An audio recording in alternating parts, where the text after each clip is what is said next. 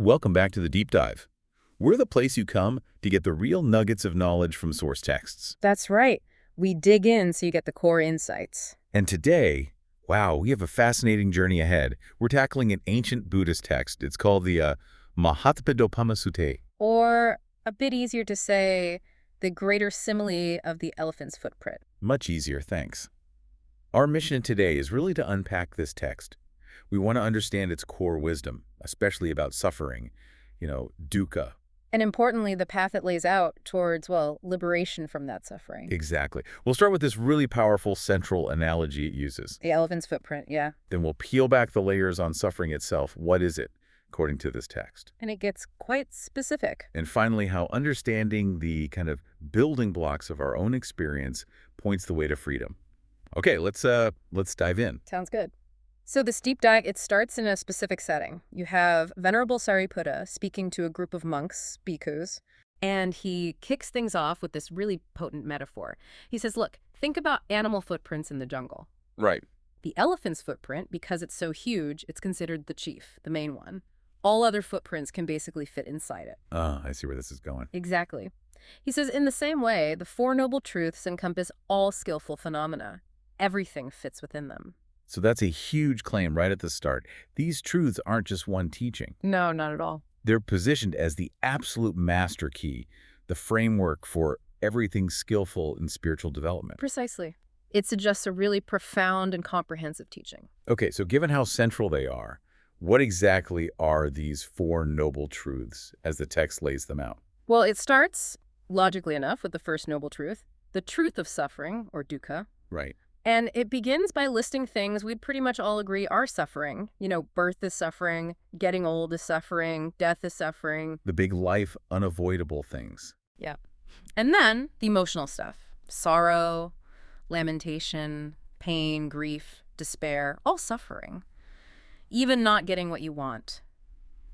That's suffering too. That seems pretty universal. Covers a lot of ground that, we all experience. But does it stop there? Or does the text dig deeper, maybe into a root cause we don't always see? Oh, it absolutely goes deeper. That's where it gets really interesting. The text states that, in short, like the condensed version, suffering is the 5 aggregates of clinging. 5 aggregates of clinging. Okay, that sounds important. It's crucial. And the key word there is clinging. It's not just that these 5 things exist. It's that we cling to them. We grasp onto them, and that attachment, that's presented as the actual source of the suffering. Okay, clinging. So what are these 5 aggregates then? You mentioned 5. Yes. So they are defined as form, feeling, perception, mental formations, and consciousness. Form, feeling, perception, mental formations, consciousness. Got it. And again, the problem isn't the aggregates themselves existing. It's our deep habit of identifying with them, holding on to them like this is me or this is mine. I see. So it's the relationship to them that's the issue. Exactly. The text then takes the first aggregate, form or rupa. Form, okay. Like the physical body. Precisely. It explains that form is made up of what it calls the 4 great elements, plus the forms derived from them. 4 great elements. Wait, are we talking like earth, water, fire, and wind? You got it. Sounds almost. Well, ancient science, maybe. Yeah, it does. Yep. It's fascinating to see that in a text this old. It is. And the text is incredibly meticulous. It breaks down each element, distinguishing between how it shows up inside us internally. In our bodies. And externally out in the world. So let's take the earth element, Pāvitatu. Yep. Internally, that's everything hard and solid in your body. Your hair, nails, teeth, skin, muscles, bones, even internal waste. I mean, the tangible stuff. The tangible stuff. Externally, it's just the earth, the ground, mountains, rocks. Makes sense. But here's the crucial point it makes. It asks you to look at the external earth element. How permanent is it really? Well, it seems pretty permanent, but earthquakes, erosion. Exactly. The text points out it can be disturbed, washed away, it disappears eventually, it's impermanent. Okay. So the text poses this powerful question. If the external earth, something so vast, is ultimately impermanent, subject to decay, dissolution, change, then what about this small body clung to by craving? Wow. That really puts it in perspective. Doesn't it?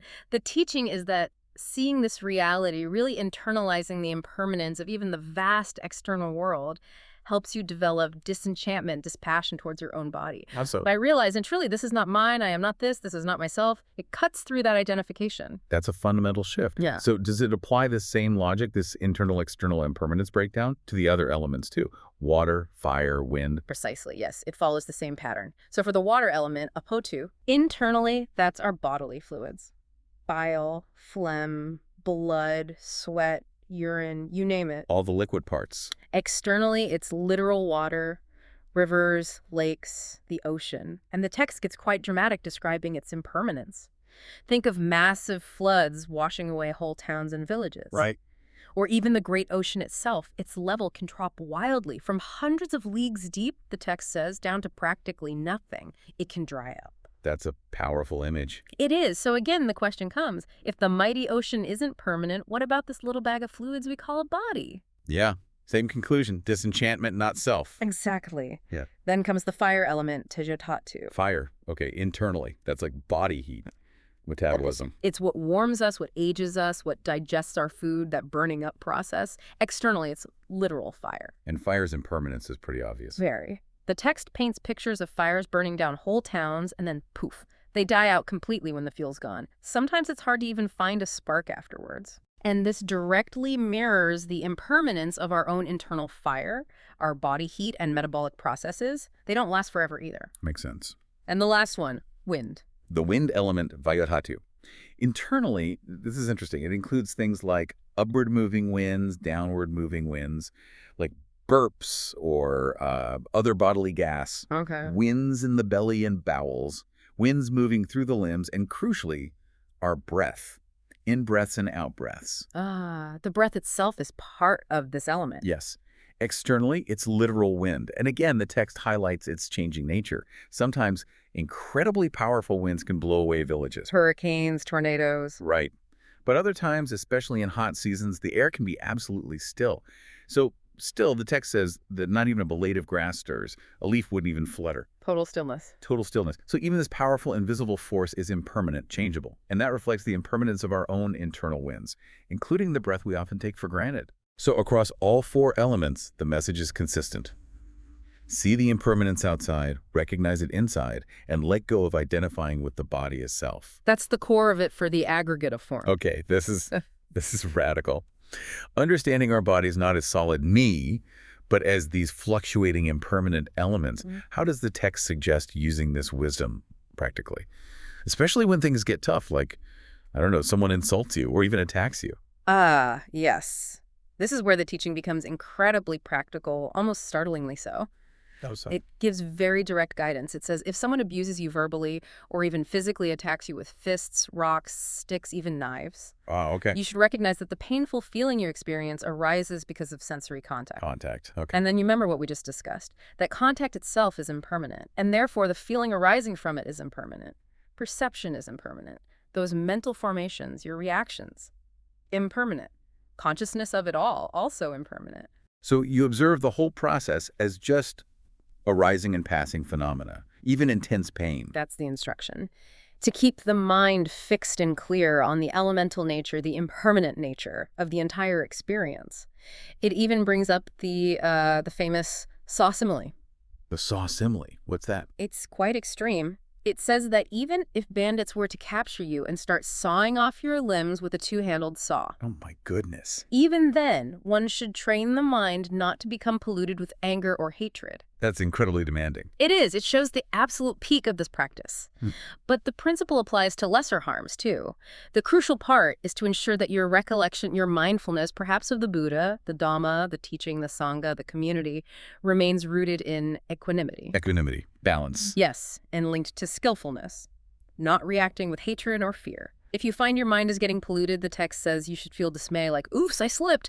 But if you manage to maintain that equanimity, then you should feel pleased, satisfied with your practice. It's not about not feeling pain, maybe, but about fundamentally changing your relationship to it, refusing to let it define or pollute your mind. That's a truly profound level of mental discipline. Shifting perception right at the raw point of contact. Okay, so we've got the elements, their impermanence, and this intense practical application.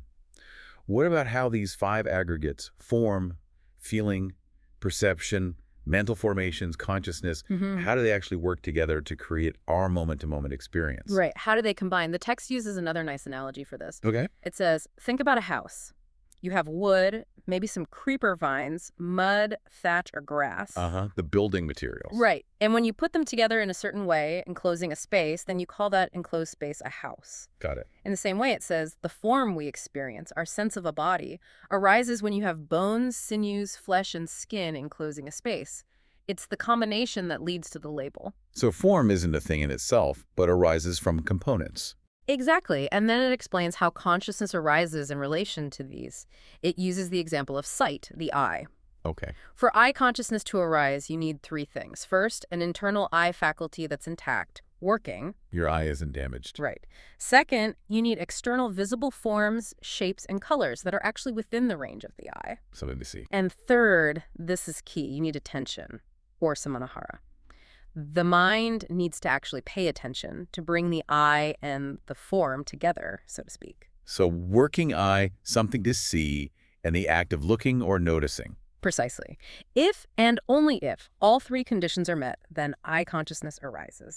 Okay. It's conditional. Very conditional. And when that consciousness arises, say, you see a tree, then the associated form, the visual image, the feeling, pleasant, unpleasant, neutral, the perception, recognizing tree, the mental formations, thoughts about the tree, and the consciousness itself, they all kind of bundle together. Into their respective aggregates. Exactly. The text calls this the gathering, coming together, and convergence of these five aggregates of clinging. It's how our experience gets constructed moment by moment. Okay, that clarifies how they function together. And here's where it connects to another major Buddhist concept. The text explicitly quotes the Buddha saying something really important here. What's that? Whoever sees dependent origination sees the Dhamma. Whoever sees the Dhamma sees dependent origination. Dependent origination. Okay, that's a big one. We hear that term a lot. Sometimes it feels a bit abstract, maybe. Can you give us the clear, concise version of what the text means by linking it here? Absolutely. And you're right, it can sound abstract, but the text grounds it right here. Dependent origination, or paticca samuppada, basically means that nothing arises on its own, out of nowhere. Everything depends on conditions. Everything arises in dependence on other conditions, like a chain reaction or like links in a chain. So, using the eye example again, eye consciousness doesn't just pop into existence. It depends on the eye, the form, and attention, if any of those conditions are missing. No consciousness arises. No, eye consciousness arises for that object exactly.